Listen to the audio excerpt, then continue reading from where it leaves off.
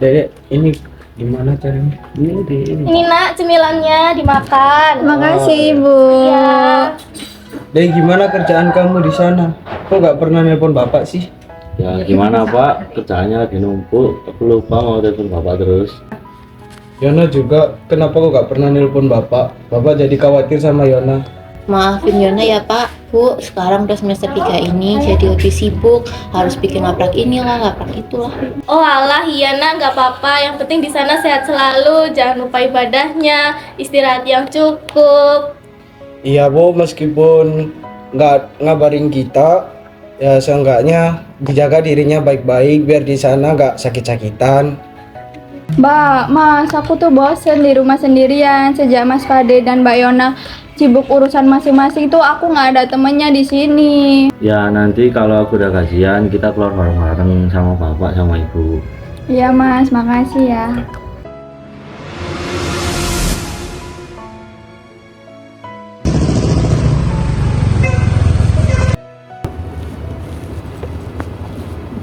Pak, aku berangkat dulu ya Pak.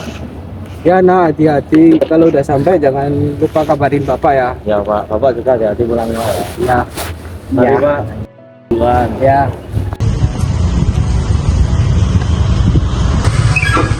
Pak, Yona juga mau berangkat, soalnya nanti sore Yona harus udah kerjain tugas bareng sama teman-teman.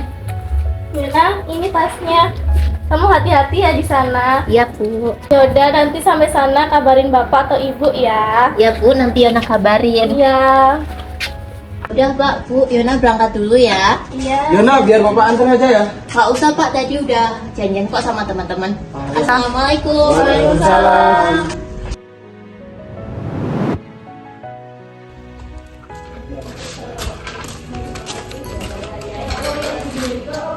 Ini nak bergas dari Bu Wasito. Iya Bu. Pak, Bu, Yona jadi sepi banget ya sekarang. Padahal Mbak sama Mas baru kemarin berangkat. Ya mau gimana lagi nak. Nanti juga kamu kalau udah lulus sekolah, kamu bakal pergi jauh kayak kakak-kakakmu. Apa Nadia kuliah di sekitar sini aja ya Bu? Biar bisa nemenin Bapak sama Ibu. Menuntut ilmu ya harus jauh. Nah, contohnya kayak masmu sama mbakmu itu. Kata pepatah nih ya, tuntutlah ilmu sampai ke negeri Cina tuh. Cina mah kejauhan Pak. Yang penting kamu belajar dengan sungguh-sungguh ya nak, biar besok jadi orang sukses. Iya Bu. Olahan, sekarang anak-anak udah pada gede ya. Ya Ki, gua juga nggak merasa nih si Chelsea itu udah kuliah juga. Padahal ya dulunya tuh saya yang nganterin dia ke sekolah. Nah sekarang dia kemana-mana tuh udah bisa sendiri. Emang waktu itu gak kerasa ya hanya. Aku juga nggak tahu kan. Si Fade katanya mau ngabarin, sampai sekarang masih belum ngabarin. Karena ya gitu, sibuk sama kerjaannya. Yang anak kedua ini si Yona, itu sibuk sama kuliahnya juga. Sekarang di rumah tinggal sama si bungsu aja, sama ibunya juga. Gitu, biasa aja ya Ki. Gua yakin kok, apa anak kamu tuh pasti udah pulang dalam waktu dekat kok. Dan nggak mungkin juga kan, anak kamu tuh pasti ngelupain kamu dan rumah kamu sendiri tuh.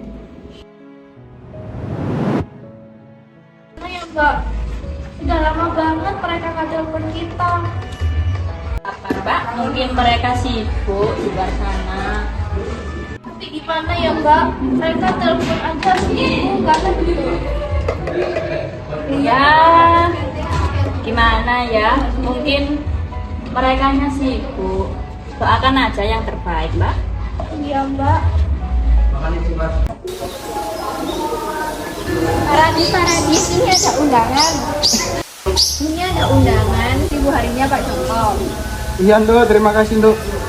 Ngomong-ngomong Yona kemana Pak? Kok belum pulang? Belum Nduk, udah lama juga nanya belum pulang. Oh ya udah deh kalau gitu aku mau pulang dulu. Iya Nduk, terima kasih ya.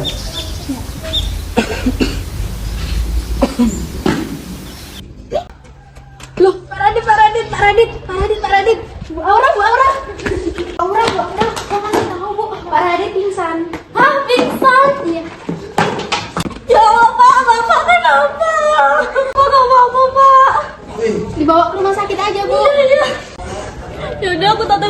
bapakku dulu ya. Bantuan dulu, Bu. Udah, Bapak istirahat dulu ya. Nanti obatnya saya titipkan ke istri Bapak. Semoga cepat sembuh ya.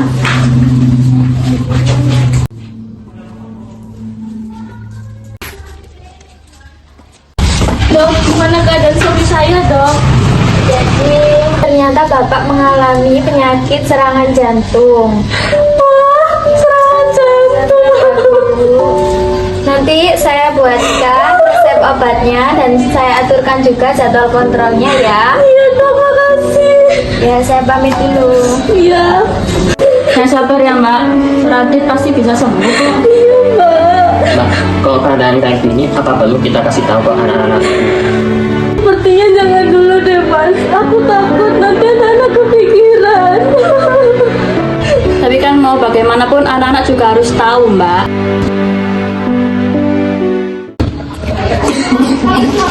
Pak, Bapak nggak apa-apa. Aku lihat Bapak harus begitu. Bapak sakit. Bapak gak apa-apa nak, Bapak cuma lagi cedera. Tahu gitu Mas Fade kerja di sini aja Pak, biar bisa bantu Bapak ngurusin bengkel.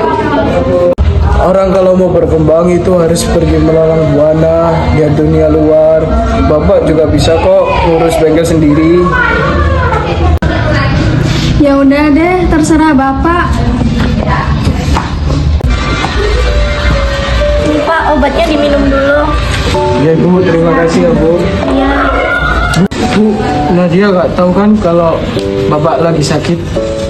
Enggak, Pak. Nadia nggak tahu. Tapi Bapak sampai kapan nyembunyiin penyakit Bapak kayak gini? Bapak juga gak tahu Bu, dada Bapak terasa makin sakit. Anak-anak juga gak pernah nelpon Bapak.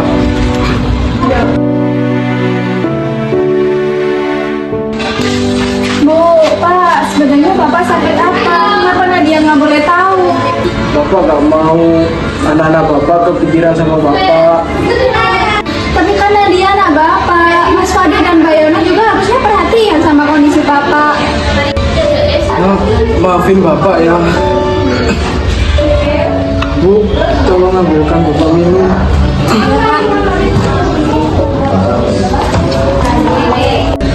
Pak, sudah lama ya Mas Fade dan Mbak Yona nggak ngabarin kita. Mereka juga nggak tahu kondisi Bapak. Aku coba telepon ya. Gak usah nak, kasihan mereka capek di luar sana. Bapak gak mau mereka kepikiran Bapak gara-gara masalah sepele. Masalah sepele apa sih Pak? Penyakit itu bukan masalah sepele. Pokoknya Mas dan Mbak harus tahu kondisi Bapak. Bapak nggak apa-apa. Pak, Bapak nggak apa-apa. Bu, ayo kita bawa ke rumah sakit. Iya, benar-benar. Ya. Assalamualaikum, Bapak, Ibu. Waalaikumsalam. Kita pulang, Tando. Udah pulang cepet, Bu. Oh iya, gimana Bu? Pak Lek gitu. Ya itu, kasihan mereka itu Pak Lek, Bu Lek itu. Anak-anaknya nggak ada yang nelpon, nggak ada yang pulang. Memangnya nggak ditelepon, kan harusnya dikabarin biar tahu kondisi Pak Lek. Ya harusnya ya gitu, Dok. Harus ditelepon. Oh, ini siapa nih yang telepon? Siapa, Pak? Ini si Aura yang telepon. Sebentar saya angkat dulu ya. Halo, Assalamualaikum. Ya, ada apa Aura? Hah? Apa? Radit sakit? Oh ya Allah. Ya udah, saya akan segera sana. Ya baik. Kenapa Pak? Bapak dapat telepon dari Aura kalau Radit itu penyakitnya kambuh lagi. Ah, kambuh? Iya Bu, jadi harus dibawa ke rumah sakit sekarang. Terus Bapak diminta untuk ke rumah sakit sekarang. Oke. Gimana nanti kunci Bapak? Cel, tolong cariin kunci mobil Bapak dong. Iya Pak, benar. Biasa Bapak nih tahu kunci buka di mana kan?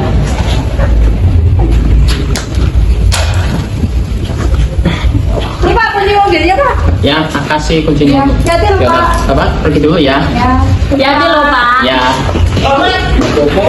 Apa Ji, itu aja ya, dihubungin aja ya Fade sama Yona. Kan kasihan kalau nggak tahu.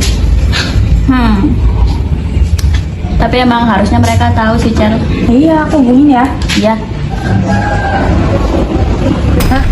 Bapak kritis. Bapak kritis. Bu, Bapak nggak apa-apa kan? Ibu juga nggak tahu, Nak. Dok, gimana kondisi suami saya? Kondisi Pak Radit sekarang kritis, Bu. Masih perlu ditangani agar tekanan darahnya menurun. Kita doakan saja ya, semoga segera pulih. Baik, Dok. Ibu, Loh, kalian kok ada di sini sih? Iya Bu, kita baru sampai tadi dengan bapak kritis. Bu, maafin kita ya kalau kita nggak pernah peduli sama orang rumah. Iya, Nak, nggak apa-apa. Kalian di sini aja, Ibu udah seneng kok. Bu, sekarang gimana keadaan Bapak? Bapak lagi dirawat, Mbak. Bapak belum stabil. Tuh, sekarang bapak di mana? Ini kamar. Iya, Nak, Bapak masih kritis. Kita doakan saja ya, semoga Bapak cepat sembuh.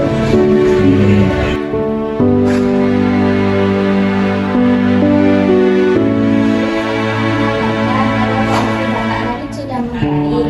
Sekarang sudah bisa dijenguk. Alhamdulillah. Terima kasih ya, Dok. Ya, mari sehat.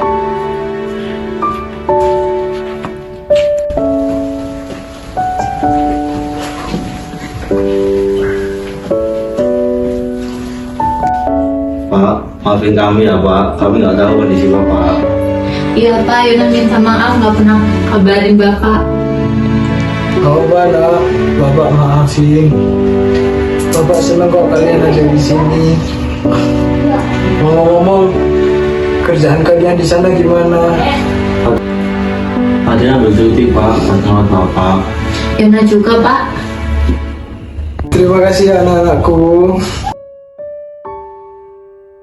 Jangan sampai kesibukan dan ambisi membuat kita melupakan keluarga yang selalu menunggu di rumah. Selagi orang tua masih ada, luangkan waktu untuk memperhatikan, menghubungi, dan membahagiakan mereka sebelum penyesalan datang terlambat.